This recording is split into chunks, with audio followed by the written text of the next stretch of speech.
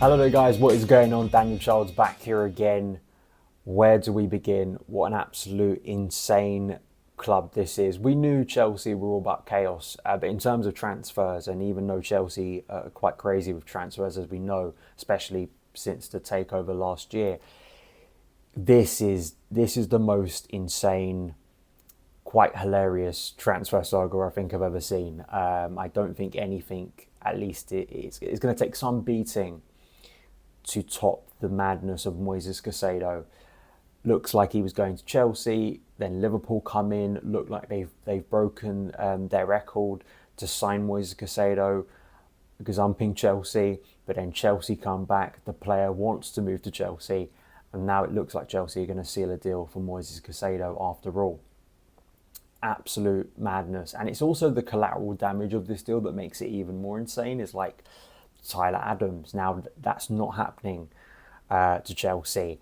Romeo Lavia looks like he could also become a Chelsea player. And, you know, for two players that clearly were Lavia, but also Casado, that Liverpool were actively pursuing. And then you throw into the narrative the fact that Chelsea faced Liverpool on the opening day of the season, where Chelsea could be parading Moises Casado around the Stamford Bridge pitch in front of Jurgen Klopp and in front of those Liverpool fans. You know, the narrative is clearly there. But I think from a Chelsea point of view, I stressed this yesterday from a negative point of view, that losing out on Casado is a real blow, because this is a guy that the club have clearly targeted, fits what Mauricio Pochettino wants to do. I think it would have been very valuable, but now can be very valuable. And I know some people, listen, there's no way, I'm not sitting here and arguing that Moises Casado is worth £115 million based on my valuation, based on the way I think about transfers. Unfortunately, there is just a reality. Firstly, in terms of the level of money that midfielders are moving for now. It started with Aurelien Tchouameni, who had 12 to 18 months before he moved to Real Madrid was probably 30 to 40 million from Monaco. He then moves up to 100 million euros. That's part one. Part two is Enzo Fernandez, of course, Chelsea spending over 100 million for him from Benfica in January. Jude Bellingham to Real Madrid, Declan Rice to Arsenal, and now Moises Caicedo. That's just what has happened. And if you sit around in this market and just go, well, we're not paying it because we're going to be smart here, or you feel like you're winning some kind of moral battle, and it's a sign of like character growth, you're just going to get left behind, unfortunately, unless everyone just sort of like stamps their feet and says we're not paying these fees anymore, and it goes down in a few years. That may be the case. As we know with transfers, it ebbs and flows, right? But at the moment, that's where the market is, and Chelsea, if they want to be serious, if they want to improve an area that is so crucial to our team and for Mauricio Pochettino, and you've spent so much time trying to pursue this one player, I think it's so important to get it over the line. And it hasn't been a smooth way to get there. It kind of is still a bad look for Chelsea that they maybe could have got this deal wrapped up 2 weeks ago, which would have given Casado the chance to get to know his Chelsea teammates. It's a late transfer, which isn't the best thing. I mean, it's not like deadline day, but you would have wanted him to have a pre-season at least. But we've got there, right? And maybe they've learned, and maybe they've also very much capitalised on the player himself. We had a lot of this in the opposite direction last summer with Rafinha, right? We spent a lot of time wasted on Rafinha, who clearly only wanted Barcelona. Remember the Jules Koundé situation. There were other players. I remember there was even talk at the time of Matthias de Ligt, who of course went to Bayern Munich, wasting a lot of time on players whose first choice was not Chelsea. Moises Caicedo clearly wants Chelsea. That is very funny, based on what Liverpool have just tried to do. But it's hopefully it works out in the end, and hopefully Casado proves to be a brilliant player for us. But just absolute insanity. So it all starts with Fabrizio Romano tweeting that Casado had informed Liverpool that he only wants to join Chelsea, given that personal terms were agreed since the end of May. Then the secret scout, who very much I think was breaking the story about Enzo back in January, so he has a lot of good information. Was saying that Chelsea and Brighton tonight, so that's UK night time, it's afternoon here in Australia now, are working out the payment structure for Casado transfer. It's happening Casado apparently has messaged close Chelsea players to say, I will see you soon. They want to parade him at Stamford Bridge on Sunday versus Liverpool.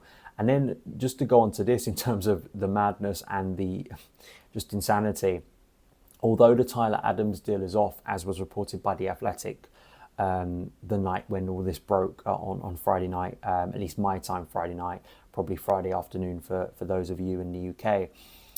It seems like Chelsea are close to agreeing a 55 million fee for Southampton midfielder Romeo Lavia. This is from Nazar Kinsella. And Rob Pratley, who I've had on a guest earlier this summer, says, I understand Romeo Lavia has already arrived in London and plan is to book the medical today, and the player is hopeful of a resolution in the next 24 hours.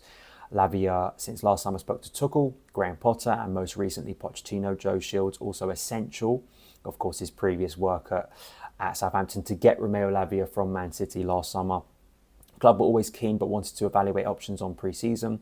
Base fee apparently is agreed but need final green light on payment terms due to the sell-on clause to Manchester City. Southampton expect to want a noticeable chunk up front. So it's kind of a dream situation, right? I think, I know some people who are really high on Lavia and think he'd be a brilliant signing for Chelsea. And in one fell swoop, Chelsea have not only signed, in my opinion, the key player of this window, Moises Caicedo, they're also likely to purchase another midfielder. Again, just kind of hurting Liverpool's ambitions, because it kind of seemed like Chelsea were all in on Casado. Liverpool were trying for Lavia. Maybe we're going to get him over the line. I mean, if you're a Liverpool fan, because a lot will be said, of course, and this isn't a Liverpool channel, right? And to be honest, Liverpool failing on their transfer targets, especially this one, of course, is a good thing for Chelsea. But, from them going to Lavia, kind of not getting that deal over the line when they clearly need central midfielders, and then jumping for Moises Caicedo, showing their hand, which I think in itself is quite funny, actually, because even though they're unlikely to get Casado, it looks like they have shown their hand that they are willing to compete and do have the funds, if they want, to compete seriously in this market.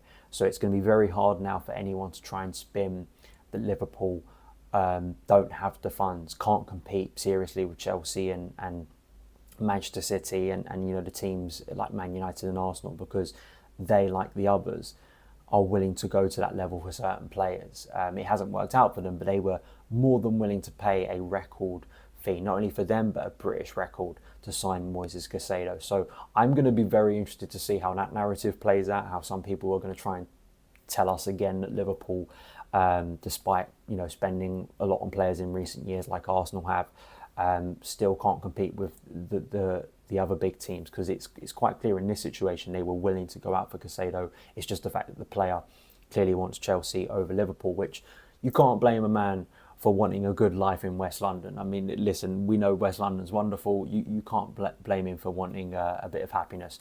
But how that works out for Liverpool, of course, is a conversation and concern for them. But from Chelsea point of view, Lavia, really, really exciting young player. But I think there would have been more pressure on him if Casado hadn't have come in.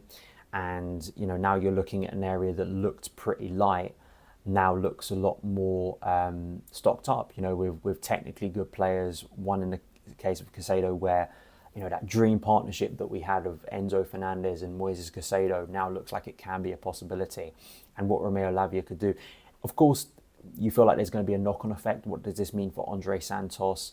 Cesare Casado is obviously very close to a loan to Leicester. By the time you're watching and listening to this, it may already be confirmed. I think that's a good loan move for Casado, really, to get him consistent minutes. And he had some good moments in pre-season, so I think it was a valuable pre-season for him, and hopefully he excels in the Championship with a team expected to compete for promotion. But Andre Santos, Conor Gallagher, Lavia, of course, is not a number 10. He is someone that very much plays in a central midfield role, but if we're playing a 4-2-3-1, it's where does Lavia fit within that? But maybe just for him as a young player still developing, he isn't going to have that pressure to come in and be the star man. That is obviously going to be Moises Casado. So hopefully for Lavia that's good. And I'd rather have, I think Lavia maybe offers more in the long term than maybe Tyler Adams does. If you're buying Moises Casado, the premium option, Tyler Adams I spoke about, he does have experience, but I'm probably more excited by Lavia as a profile player, technically, under Mauricio Pochettino and what he could become. than Tyler Adams, to be honest. So Chelsea getting both done. I would just say generally, like we have needed serious midfield investment for a very long time, and to see the club, even with all the madness, to do it, and yeah, sure, it's a lot of money. Again, there is no way to paint this as great business, great value in the market, great, scouting to uncover some gems. I mean, I hope, I think that the club hope that with some of these players they've done that. Maybe you could argue, in a sense, that's Nicholas Jackson or the likes of an Andre Santos, Azari Casado, and others that they've, whether you could maybe argue that for Benoit Badiashile, right? I think that's a deal that in years to come hopefully looks like a very good value one. But we know when you're paying this sort of money in the current market, even though it is becoming a lot more prevalent, no one can turn around and say, yeah, Chelsea really uncovered a gem there. You are just paying stupid amounts of money. But that's the position we're in. I mean, this is making up for years of underfunding an area that should have been funded already. Chelsea could have spent 30 million, potentially 40 million on Aurelien Tchouameni. They could have spent maybe less on Declan Rice in recent years and got him too. There are mistakes that have been made not only by this ownership but the previous ownership that have led us to this situation, drastic situation, but it needed drastic, serious action. And I hope now that Caicedo proves to be, as I hope and I think he will be, to prove an essential player. The benefits he is going to have for not only his midfield partner in Enzo Fernandez to maybe go further up the pitch, but also, the fullbacks, which are such a key part of Mauricio Pochettino's team. And if Ben Chilwell and Reece James can stay fit, which obviously is a big question mark in recent seasons, but we know how key those fullbacks are in bombing up and down those flanks, and to have someone who can cover that space potentially and just give maybe more license to the number 10, the attackers to get further up the pitch. I think there are parts of Casado's game, because everyone looks at his ability to break up the ball, to really cover and eat up ground quickly and anticipate when to win the ball. But I also think he is a little bit underrated in kind of the final third, and also the way he's able sometimes to really assist in that nature. It reminds me a little bit of Nemanja Matic, who I felt was, because he wasn't doing things with a lot of flair. I'm not comparing Casado and Matic, just to be clear, in terms of them being the same player. Obviously very different players and do very different things on the pitch, but just in a sense that I feel like sometimes those defensive midfield types, people undervalue their ability to actually help in the final third. Like, no one's expecting Casado to come in and thread passes through like Cesc Fabregas does, but I do, having watched him for Brighton, he can at times prove effective in that way. But obviously the main hope for him and the main interest for us as him as a player is defensively, the way he's going to hopefully balance that midfield, which has been a word we've spoke about so much in recent years at Chelsea. So it's absolute chaos, and knowing my luck, there'll be another turn back in another direction. I really hope not, but it's great to feel like now Chelsea are going to get this deal over the line finally. And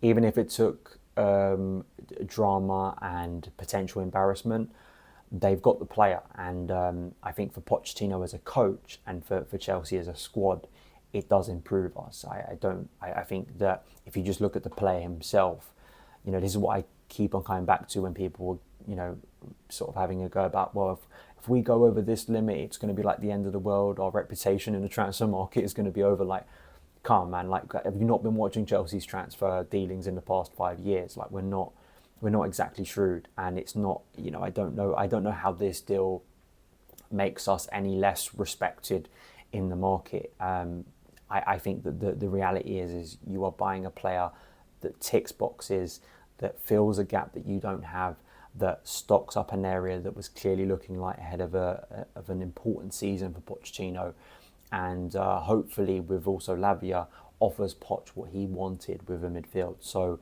I'm happy about it. Let me know your thoughts in the comments below. Follow me on Twitter at SonOfChelsea, and I'll see you again very soon. All the best.